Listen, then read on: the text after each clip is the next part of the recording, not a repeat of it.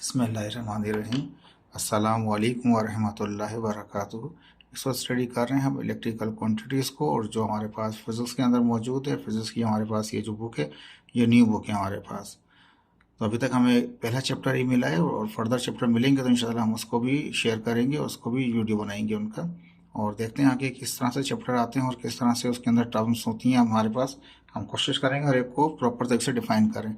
फिलहाल इस वक्त हम स्टडी कर रहे हैं मेजरमेंट की। तो इलेक्ट्रिकल क्वांटिटीज़ की मेजरमेंट करने के लिए मल्टीमीटर इस्तेमाल किया जाता है। मल्टीमीटर का मतलब ये होता है कि ऐसा मीटर जो बहुत सारे काम एक साथ कर ले, उसे कहते हैं मल्टीमीटर। तो कहता है is a popular type of electrical मेयरिंग instrument. ये इलेक्ट्रिकल क्वांटिटीज़ को मेयर करने वाला जो इंस्ट्रूमेंट है उसमें सबसे ज़्यादा पॉपुलर मल्टीमीटर होता है। लाइक इट्स नेम, जैसे कि इसका नेम है, it's works like an ammeter. ये एमीटर के तौर पर भी काम करता है, वोल्टमीटर के तौर पर भी काम करता है, ओम मीटर के तौर पर भी काम करता है, to measure current, voltage and resistance respectively. इसके ज़रिए क्या करते हैं हम, मल्टीमीटर में क्या होता है, ये एमीटर का भी काम कर रहा होता है, यानी कि करंट को मालूम कर रहा होता है, वोल्टमीटर का भी काम करता है, यानी कि रेजिस्टेंस वोल्टेज को मालूम कर सकता है, ओम मीटर का भी काम करता है, यानी कि रेजिस्टेंस को भी मालूम कर सकता है रिस्पेक्टिवली। पहला वाला पहले के लिए, दूसरा वाला दूसरे के लिए, तीसरा वाला तीसरे के लिए।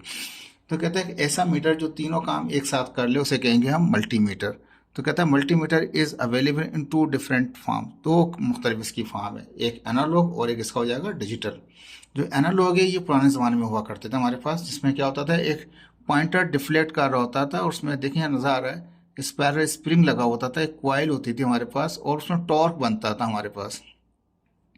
तो जब टॉर्क बनता था तो क्या डिफ्लेक्ट करता था ये पॉइंटर हमारे पास, वहाँ रीडिंग हुआ करती थी। जितनी भी करंट उसमें से गुजरता था, करंट की मेयर कर रहे हैं, वोल्टेज की मेयर कर रहे हैं, तो उसकी रीडिंग वो ऊपर शो करता था। जितना भी ओम उसकी रेजिस्टेंस है वो भी इसमें बताता था। ये पुराना तरीका कार था जिसको इस्तेमाल करते थे एनालॉग टाइप मल्टीमीटर। ये एनालॉग टाइप का मल्टीमीटर था। Analogue type multimeter shows the continuous signal. देखें सिग्नल की दो किस्में होती हैं, एक कंटिन्यूस और एक होता है डिस्क्रीट। कंटिन्यूस वो होता है जो डायरेक्टली हम उसको इलेक्ट्रिक यानी कि एनालॉग फॉर्म में इसको मालूम कर रहे होते हैं, डायरेक्ट लगा के एनालॉग सिग्नल उसकी एनालॉग तरीके से उसको यूज़ कर रहे होते हैं, वो क्या आएगा कंटिन्यूस सिग्नल हमारे पास। It deduct and display the electrical reading.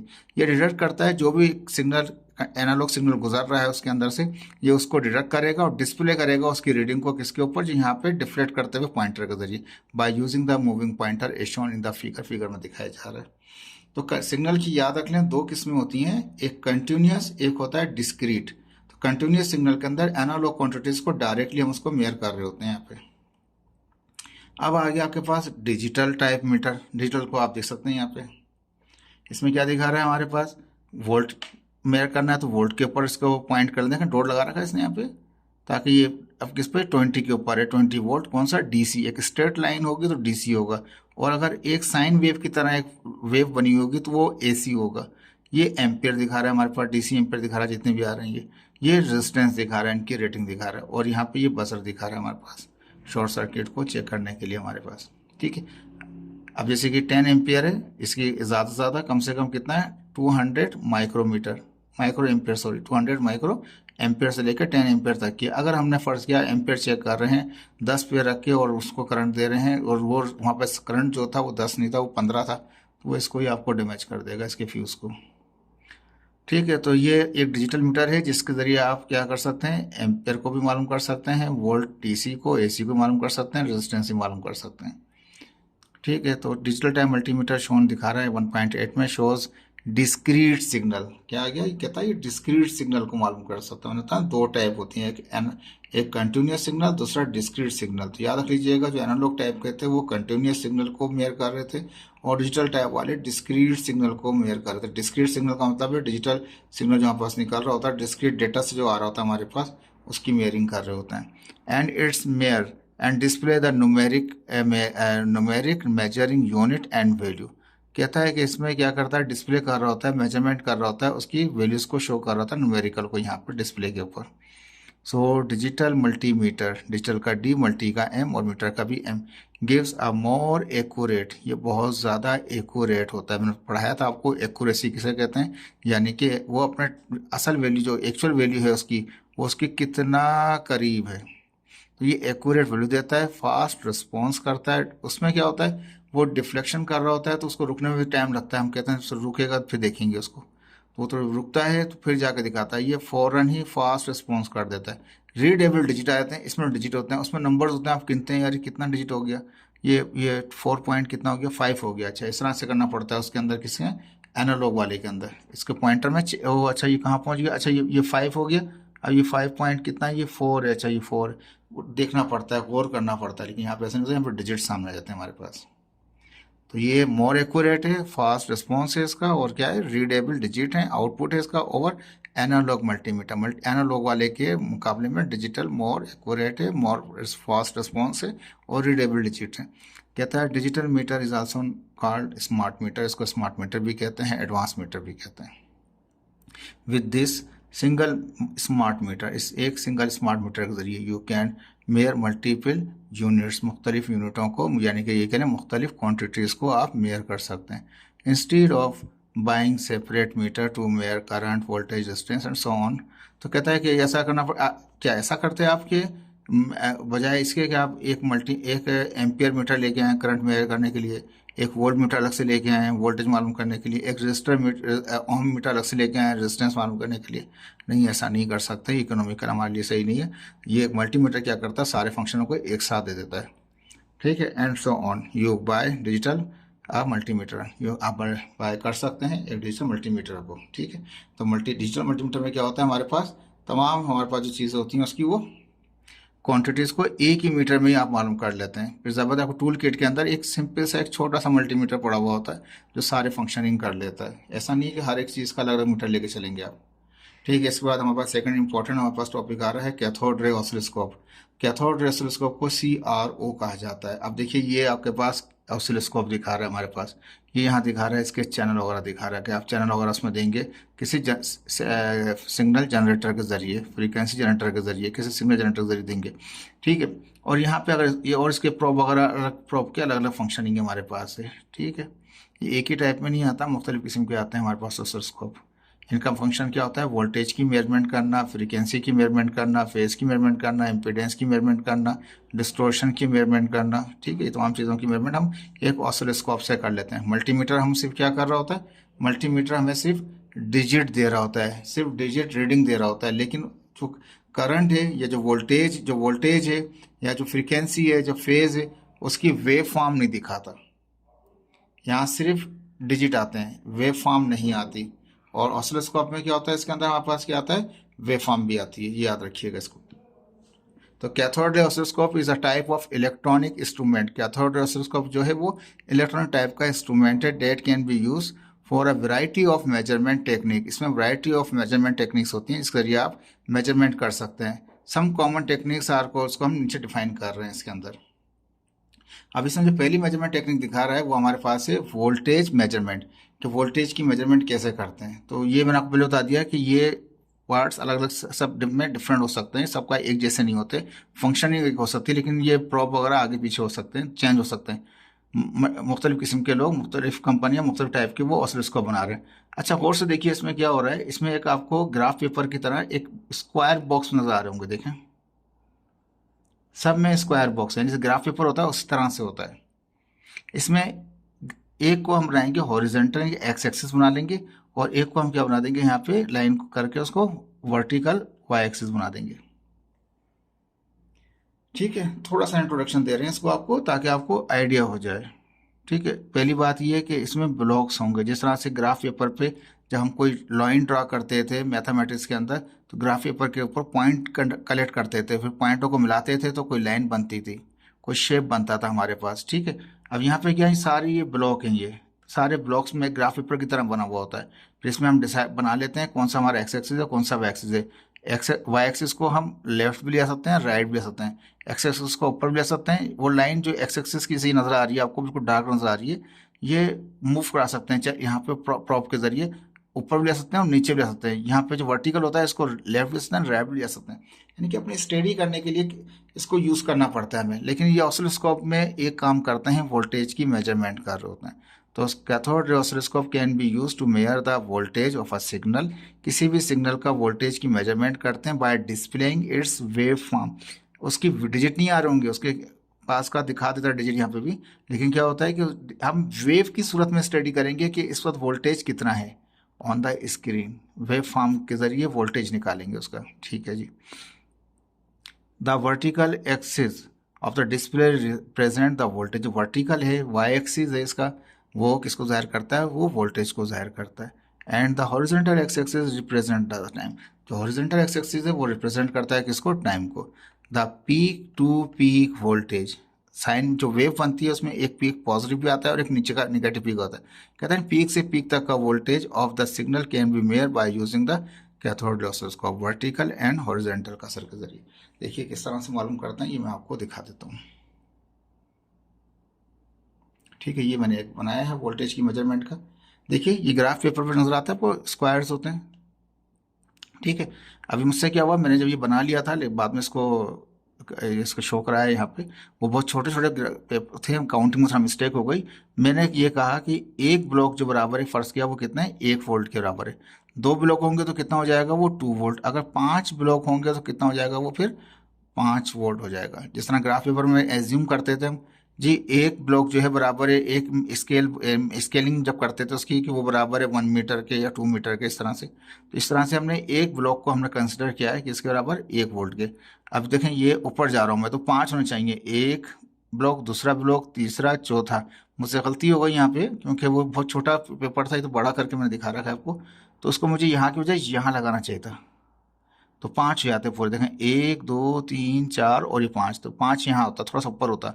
आप प्रैक्टिस करेंगे अपना तो आप ऊपर बना लीजिएगा, ये वेव को ले जाइएगा 5वें ब्लॉक तक ऊपर, फिर इसको डिक्लाइन कीजिएगा यहाँ पे। और फिर इसके बाद नीचे कितने हैं, देखें नीचे वाला सही बना हुआ है मेरा, 1 2 3 4 5, 5 के ऊपर।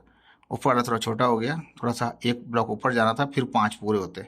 प्लस का 5 ऊपर, माइनस का 5 नीचे। ओरिजन, ये ओरिजन है, इससे ऊपर जाएंगे तो प्लस का, नीचे आएंगे तो माइनस का। इस तरह से यहाँ पर भी होगा।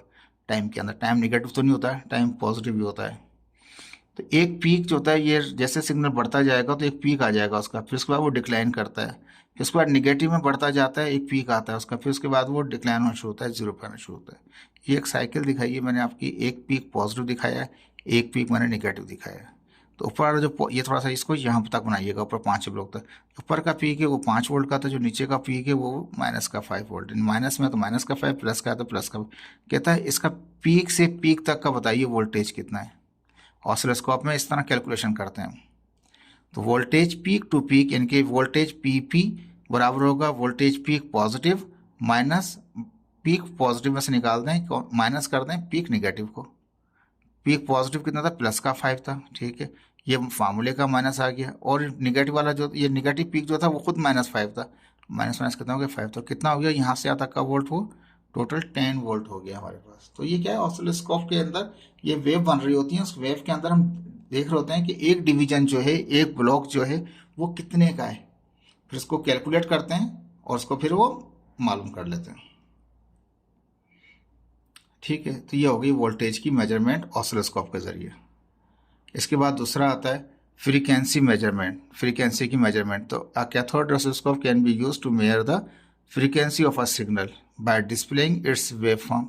वही बात कि वहाँ पे भी वेव फॉर्म के जो डिस्प्ले हो रहा था वेव फॉर्म का स्क्रीन के ऊपर, उससे ही हम वोल्टेज मालूम कर रहे हैं। तो यहाँ पे जो भी वेव फॉर्म आ रही होगी स्क्रीन के ऊपर, अब हमें क्या मालूम करना है, अब वोल्टेज नहीं, अब मालूम करना है फ्रीक्वेंसी।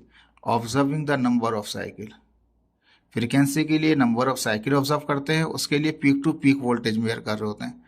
तो यहाँ पे कहते हैं ऑब्जर्व करेंगे किसको, नंबर ऑफ साइकिल को, that occur in a given period. Frequency का फार्मूला जो होता है पास F = 1/T होता है। ठीक है, तो उसमें टी का रोल बड़ा इंपॉर्टेंट होता है, और नंबर ऑफ साइकिल्स होती हैं। 1 का मतलब होता है 1 साइकिल। ठीक है ना, 1 का मतलब क्या होता है, 1 साइकिल होती थी हमारे पास। नंबर ऑफ साइकिल को ऑब्जर्व करेंगे किसके अंदर, गिवन अ टाइम पीरियड में। Frequency can be calculated by dividing the time period by the number of cycle के जरिए आप इसको टाइम निकाल सकते हैं।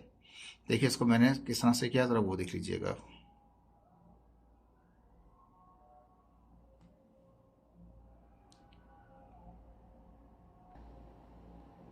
देखिए यहाँ पे ये फ्रीक्वेंसी मेजरमेंट की बात कर रहे थे हम, तो मैंने उसको कहा था नंबर ऑफ साइकिल्स आते हैं हमारे पास, लेकिन इस वक्त हम स्टडी कर रहे हैं एक साइकिल को। तो क्या हो जाएगा, F = 1/T। अगर ये 2 साइकिल होती हैं तो 2/T हो जाता है। अगर ये 50 साइकिल होती हैं तो 50 50/T हो जाता है हमारे पास। ये मैंने वही दिखा दिया ये ऊपर वाला ब्लॉक जो था मेरे पास वर्टिकल ब्लॉक अलग मैंने कंसिडर किया हुआ है, और नेगेटिव ये जो हॉरिजॉन्टल ब्लॉक है इसके लिए अलग मैंने डिवीजन कर रखी है इनकी। ठीक है, तो ऊपर का प्लस वोल्ट है 5, माइनस का नीचे 5 वोल्ट है हमारे पास। और अब हम जा रहे हैं टाइम के ऊपर। पहले वोल्टेज की मेजरमेंट कर चुके हैं हम पीक टू पीक की, अब हम टाइम की मेजरमेंट कर रहे हैं कि यहाँ से यहाँ तक का जो इसका ये फ्रीक्वेंसी कितनी होगी इसकी। ठीक है, तो एक साइकिल बना है हमारे पास, लेकिन कितनी देर में बना है, तो एक ब्लॉक को मैंने कंसिडर कर दिया 0.8 मिली सेकेंड। दो ब्लॉक कितने होंगे, दो जमा कर लें, 2 टाइम कर लें। जब कितने हो गए यहाँ पे देखिए, 1 2 3 4 5 6 7 8 9 10, 10 ब्लॉक हो गए। 10 का मतलब कितने होगा, 10 टाइम कर दें उसको, तो कितना हो जाएगा, 8 मिली सेकेंड हो जाएगा हमारे पास ये।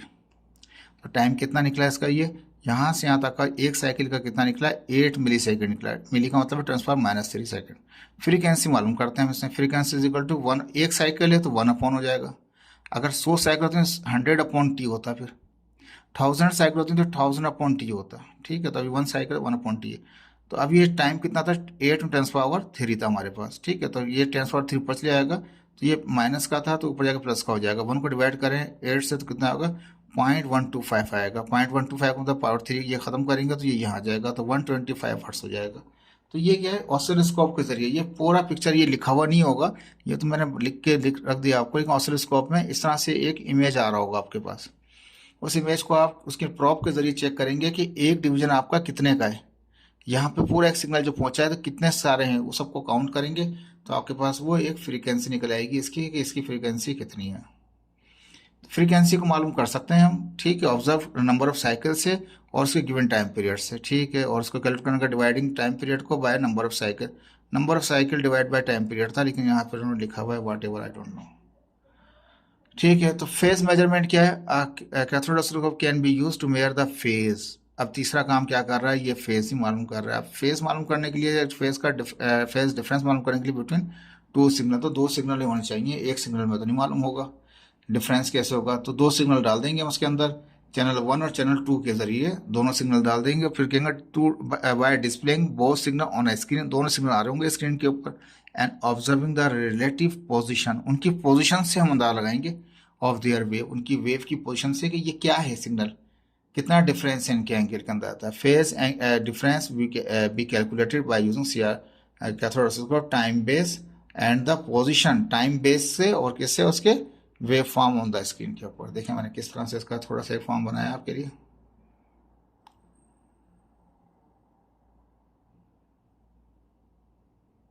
ये आ गया वेव, फेस मेजरमेंट हो गया। ठीक है, अब एक वेव जो है वो वोल्टेज की है और दूसरा मैंने ब्लैक दिखाया है, ये किसको मेजर कर रहा है, करंट को मेजर कर रहा है। ठीक है, वोल्टेज ज़्यादा होता है, करंट कम होता है हमारे पास, तो वोल्टेज ये है हमारे पास, और ये करंट दिखा दिया मैंने, छोटा कम होता है उसका एम्पलीट्यूड। अभी देखिए कि ये दोनों के दोनों एक ही पॉइंट पर हैं, दोनों स्टार्ट एक ही से हो रहे हैं। दोनों के दोनों अगर एक ही पॉइंट से स्टार्ट हो रहे हों तो याद रख लें वो इन फेज कहलाता है। जहाँ वोल्टेज और करंट एक ही पॉइंट से स्टार्ट, ओरिजिन से स्टार्ट हो रहे हों तो वो इन फेज कहलाता है। ये रेजिस्टिव सर्किट होता है। ऐसा सर्किट में क्या होते हैं, 3 चीज़ें होती हैं, यानी कि उसमें जो होता है सिंपल, यानी कि सिंपल ये समझ लें कि उसमें रजिस्टर होता है, ये समझ लीजिए। रजिस्टर होगा तो वो इन फेज हो जाएंगे दोनों के दोनों। वोल्टेज करंट तो वोल्टेज ज़्यादा ही होगा, करंट कम ही होगा हमेशा, लेकिन दोनों एक ही पॉइंट से शुरू हो रहे होंगे वेव बननी। In phase, both voltage and current दोनों के दोनों इन फेज हैं, कोई एंगल डिफरेंस नहीं है इसके अंदर। ठीक है, अब इसमें थोड़ा नीचे आ जाए, यहाँ दिखाएं मैंने, करंट लीड कर रहा है। अब करंट ये शुरू हो रहा है, वो पहले से ही आ रहा है, करंट आपका पहले से ही है, ऊपर है, 90 के ऊपर है, बाय 90 लीड कर रहा है। Current lead voltage, current lead कर रहा है, ये स्टार्ट ले रहा है, वो पीछे से ही आ रहा था। और उसमें पढ़ा था हमने कि जो टाइम है उससे हम कैलकुलेट करते हैं उसको, उसको इस्तेमाल करते हैं। तो मैंने ये दिखा दिया यहाँ से यहाँ तक का। ठीक है, अब ये पहले आ गया तो ये क्या हो गया, ये लीड हो गया हमारे पास। और इसमें अगर देखें यहाँ पे तीसरा पिक्चर थोड़ा सा ये, अरे भाई ठीक है रुक गया, ये वोल्टेज अपनी जगह पर है, वो करंट जो है देखें ये टाइम के हिसाब से चेक कर रहे हैं, लेकिन ये नीचे से आ रहा है, स्टार्ट ले रहा है, तो ये क्या हो गया, ये लेगिंग हो गया, करंट लेग हो गया किससे, वोल्टेज से, या वोल्टेज लीड कर रहा है, वोल्टेज पहले हो गया उससे। तो इस तरह से फेस के फॉर्मूले भी होते हैं इसमें बाकायदा। हम उसके जरिए मालूम करते हैं कि फेस का डिफरेंस किस तरह से आ रहा है।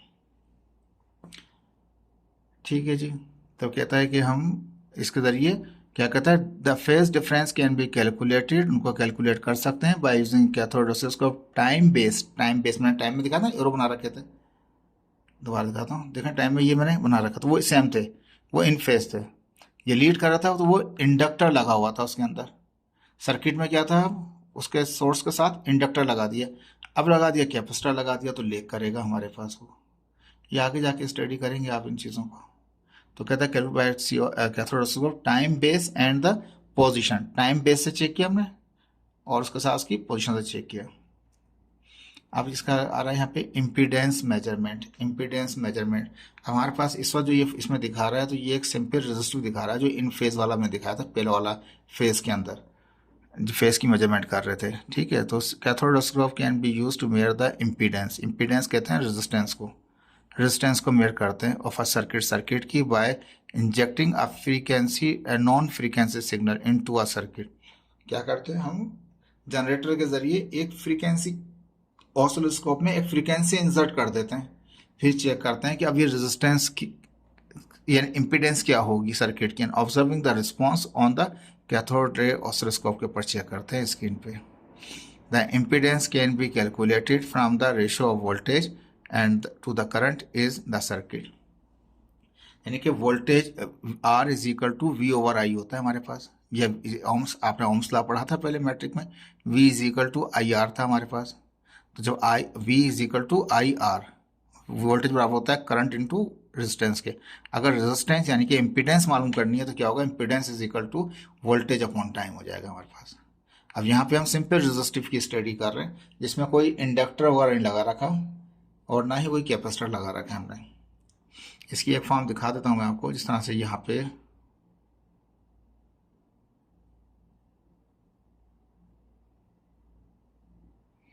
ये डिस्टॉर्शन में दिखाया मैंने एक्चुअली आपको। देखें ये 5 वोल्ट का सिग्नल था हमारे पास, ठीक है, तो ये वो रजिस्टर लगाया तो वोल्टेज क्या हो गया, कम हो गया। वोल्टेज 5 से कितना आ गया, वो 3 पे आ गया, दोनों पीक का, प्लस पीक का भी और निगेटिव पीक का भी कम हो गया। जैसे रजिस्टर लगाया तो बिहेव हो गया, सिग्नल चेंज हो गया आपका। ठीक है, तो ये एक समझाने के लिए बताइए मैं आपको बात। तो वो क्या करता है हमारे पास, तो कहता है सिग्नल हम डालते हैं उसके अंदर और फिर उसको चेक करते हैं रजिस्टर, यानी कि कोई भी रजिस्टर वगैरह लगा के, इंडक्टर लगा के या कैपेसिटर लगा के हम चेक कर सकते हैं कि इस वक्त उसकी जो है रीडिंग किस तरह से बिहेव कर रहा है, यानी वेव फॉर्म किस तरह से आ रही है। तो वो इम्पीडेंस का मतलब है रेजिस्टेंस। अगर रेजिस्टिव नॉर्मल यानी कि जहाँ पे कैपेसिटर और इंडक्टर नहीं है हमारे पास तो वो रेजिस्टेंस आ जाएगा, नहीं तो कैपेसिटर की अलग एक्स एल अलग आएगा और उसकी एक्स सी आएगी। वो अभी आपका टॉपिक नहीं है, फिलहाल इसको इतना ही समझ लीजिए वरना आप कंफ्यूज हो जाएंगे, बहुत मुश्किल हो जाएगा आपके लिए। सिंपली समझ लीजिए, दोबारा बता देता हूँ आपको, इम्पीडेंस मेजरमेंट क्या होती है हमारे पास। हम इसके अंदर क्या करते हैं, वोल्टेज और करंट के रेशियो को कैलकुलेट कर रहे होते हैं, तो वो इम्पीडेंस मालूम कर रहे होते हैं, रेजिस्टेंस मालूम कर रहे होते हैं वेव फॉर्म के अंदर। तो जाहिर बात है जैसे ही आप उस पर रजिस्टर डालेंगे, लोड डालेंगे, उसका डिप मार जाएगा एकदम से उसका वोल्टेज। डिस्टोर्शन क्या होता है, एक्चुअली वो डिस्टोर्शन होती है चीज़, कहता है cathode oscilloscope can be use to measure the amount of distortion in a signal. कहता है डिस्टोर होना, खराब होना, सिग्नल का क्या हो जाना, खराब हो जाना, वो कहलाता है डिस्टोर्शन कहलाता है। By comparing the waveform of an input signal to the waveform of the output signal. Input to the output हम सिग्नल को कंपेयर करके चेक करते हैं, इनपुट में हमने ये दिया था तो आउटपुट में ये हो गया। रेशो की बात नहीं कर रहे हैं यहाँ पे सिंपली कह रहे हैं कि इनपुट सिग्नल की वेव अलग होगी, आउटपुट वेव सिग्नल जो बन जाएगा उसके बाद अब वो चेंज हो जाएगा। तो वो जब चेंज होगा तो डिस्टोर हो जाएगा, यानी कि खराब हो जाएगा वो। The distortion can be calculated by compare the shape of two waveform. दोनों वेव फॉर्मों की को हम कंपेयर करके चेक कर सकते हैं, पहले ये था इनपुट में, आउटपुट में ये हो गया, तो वो सही पहले ये था, लेकिन अब इसमें दूसरा सिग्नल ऐड होने की वजह से या तो उसकी फ्रीक्वेंसी डिस्टर्ब हो जाएगी, या उसका रेजिस्टेंस या इंडक्टेंस या उसके कुछ भी चीज़ें फेस कुछ भी डिस्टर्ब हो सकता है। By determining the difference between them, उनके डिफरेंस में आ जाएगा। देखिए इसको थोड़ा सा स्टडी कर लेते हैं, थोड़ा सा दिखाया नहीं आज मैंने आपको अलग से चीज़ें, देख लीजिए यहाँ पे। ये कैथोड ऑसिलोस्कोप थे और ये मुख्तलिफ किस्म की चीज़ें दिखा रहा है यहाँ पे आपको। ठीक है, मैंने कहा था ना एक चैनल होगा, चैनल 1 होगा, चैनल 2 होगा, तो हम चैनल 1 को लगा देंगे उसके साथ। और देखिए यहाँ पे एक एंड यहाँ ग्राउंड कर दिया, ये एक वोल्टेज ड्रॉप चेक किया इसके अंदर हमने कि कितना वोल्टेज आएगा, उसका पल्स आ गया हमारे पास। ठीक है, ये सिग्नल दिखा रहा है सिंपली, ये सिग्नल दिखा रहा है सिंपल तरीके से आपको। ये दो सिग्नल दिखा रहा है, क्योंकि चैनल 1 भी इस्तेमाल कर रहे हैं और चैनल 2 भी इस्तेमाल कर रहे हैं। चैनल 1 ने अपना सिग्नल बनाया, चैनल 2 ने अपना सिग्नल बनाया। तो किस तरह से एक राउंड शेप नज़र आ गया, क्लोज शेप नज़र आ गया आपको उसके अंदर। तो ये स्क्वायर शेप भी बन जाते हैं, इसमें सर्किल शेप भी बन जाते हैं, मुख्तलिफ किस्म के शेप बन रहे हैं जब दो सिग्नलों को हम वहाँ पे मिला रहे होते हैं उसके अंदर। देखिए एक और पिक्चर दिखाता हूँ आपको। अब देखें, एक इनपुट सिग्नल था हमारे पास, ये जो दूसरा कलर में नज़र आ रहा है, और एक आपको रेड कलर में नज़र आ रहा है आपको। देखिए इनपुट सिग्नल था ये नॉर्मल, इसका एम्पलीट्यूड कांस्टेंट भी था, ठीक है। लेकिन अब जो सिग्नल ये इनपुट था आपके पास, दो सिग्नल की बात कर रहे थे ना, ये इनपुट सिग्नल था आपका। लेकिन ये सेकंड सिग्नल आया, देखें ये फ्रीक्वेंसी पीक आ गया, और यहाँ से यहाँ तक देखें, अगर कहीं से भी ग्रिड को ले लें आप, कहीं से कहीं तक भी चेक कर लें आप, लेकिन क्या है कि ये कम साइकिल्स हैं। आप साइकिल्स देखें कितने ज़्यादा उसमें हार्मोनिक्स बन गए हमारे पास, और एम्पलीट्यूड भी रैपिड एकदम से हार्मोनिक फ्रीक्वेंसी आ गई। First harmonic, second harmonic, third harmonic, fourth, fifth, six, 6 harmonic नजर आ रही है यहाँ से तक, सिर्फ 6 हार्मोनिक, 1 2 3 4 5 6, 6 हार्मोनिक सिर्फ यहाँ से ही सिर्फ यहाँ तक नजर आ रही हैं आपको। तो ये क्या है कि ये डिस्टोर हो गया, सिग्नल हमारा डिस्टोर्शन में चला गया हमारे पास, ठीक है। डिस्टोर्शन वेव फॉर्म क्या होता है, कहता है कि वेव फॉर्म डिस्टोर्शन ओवर और अंडर वोल्टेज, या तो उसका वोल्टेज बढ़ जाएगा या उसका वोल्टेज कम हो जाएगा। ओवर हो जाएगा यानी कि वोल्टेज की पीक जो साइकिल थी वो एकदम से उसका ग्राफ पेपर से, उसका जो आपको ऑसिलोस्कोप से बाहर निकलनी शुरू हो जाएंगी, नजर आएंगी, जैसे कि यहाँ पे भी आप देख रहे थे। ये बिल्कुल यहाँ पे आ रही है, इससे भी बाहर जा सकती हैं बिल्कुल ही, ये जो फ्रीक्वेंसी है बिल्कुल अब निकल जाएगी बाहर। तो कहता है कि उसका या तो उसका ओवर हो जाएगा, ओवर वोल्टेज हो जाएगा, या अंडर वोल्ट जाएगा, या ड्रॉप आउट हो जाएगा, या फेज इम्बैलेंस हो जाएगा, फेज का बैलेंस ही नहीं रहेगा, फ्रीक्वेंसी चेंज हो जाएगी उसकी। इंटर हार्मोनिक्स, हार्मोनिक्स मैंने भी आपको दिखा दी। On AC power supply similarly the effect on DC, ऐसा नहीं है कि ये एसी पर ही दिखाएगा, अल्टरनेटिंग करंट पे दिखाएगा। करंट की दो टाइप होती हैं, एक एसी करंट और दूसरा होता है डीसी करंट। तो ये एसी करंट पे भी वेव फॉर्म आ सकती हैं और डीसी पे भी आ सकती हैं, याद रखिएगा इसको आप। अब देखिए ये एक सिंपल सा है, अगर हमने इसका क्या किया, टाइम बेस ऑफ कर दिया, ठीक है, ऑन था तो ये एनालॉग था। अगर एसी करंट है तो एसी करंट में क्या होता है, वेव बन रही होती है, पल्स इस तरह से बन रहा था, एक साइन वेव बन रही होती है, ये एसी के लिए। अगर जैसी वो ऑन है तो वेव इस तरह से, अगर ऑफ कर देंगे तो वर्टिकल नजर आएगी लाइन, देखें बिल्कुल वर्टिकल नजर आ रही है आपको। अब देखिए यहाँ पे नीचे फर्दर दिखा रहा है आपको पिक्चर में, ठीक है, वहाँ समझ में आ गया होगा आपको डिस्टॉर्शन का, वेव फॉर्म का। फ्रीक्वेंसी भी चेंज होती है, हार्मोनिक भी उसका, ओवर वोल्टेज, अंडर वोल्टेज, अलग फेज इम्बैलेंस भी हो सकता है उसका। These are the few example. अब कह रहा है, ये बुक आपकी कह रही थी कि ये एग्जाम्पल है ऑसिलोस्कोप की, मैंने फिर भी आपको एक अलग से एक्स्ट्रा बना के दिखा दिया ताकि आपको आइडिया हो जाए। The few example of the instrument measurement of the measurement technique date can be perform with the CRO, और फिगर 1.10 में दिखा रहा है, कहता है specific measurement of that can be depend upon the cathode oscilloscope and requirement of the measurement. जिस तरह की रिक्वायरमेंट होती है उस हिसाब से उसको हम ऑन कर रहे होते हैं या ऑफ कर रहे होते हैं। अब ये डीसी करंट, डीसी करंट के लिए क्या दिखाया, देखें कलरफुल नहीं है इतना, ये डीसी में स्ट्रेट लाइन होती है, डीसी करंट में स्ट्रेट लाइन होती है, और एसी करंट में एक वेव होती है, एक सिग्नल होता है इस तरह से। याद रखिएगा अल्टरनेटिंग का और डीसी का तो बेसिक फर्क यही है। डायरेक्ट करंट बिल्कुल स्मूथ लाइन होती है, और एसी में क्या होता है कि पॉजिटिव पीक भी आ रहा होता है, नेगेटिव पीक भी आ रहा होता है। ये विथ टाइम बेस ऑन है, टाइम बेस ऑफ कर दोगे तो एक नुक्ता नजर आएगा, सिंपल एक नुक्ता नजर आएगा, एक पॉइंट नजर आएगा सिर्फ आपको।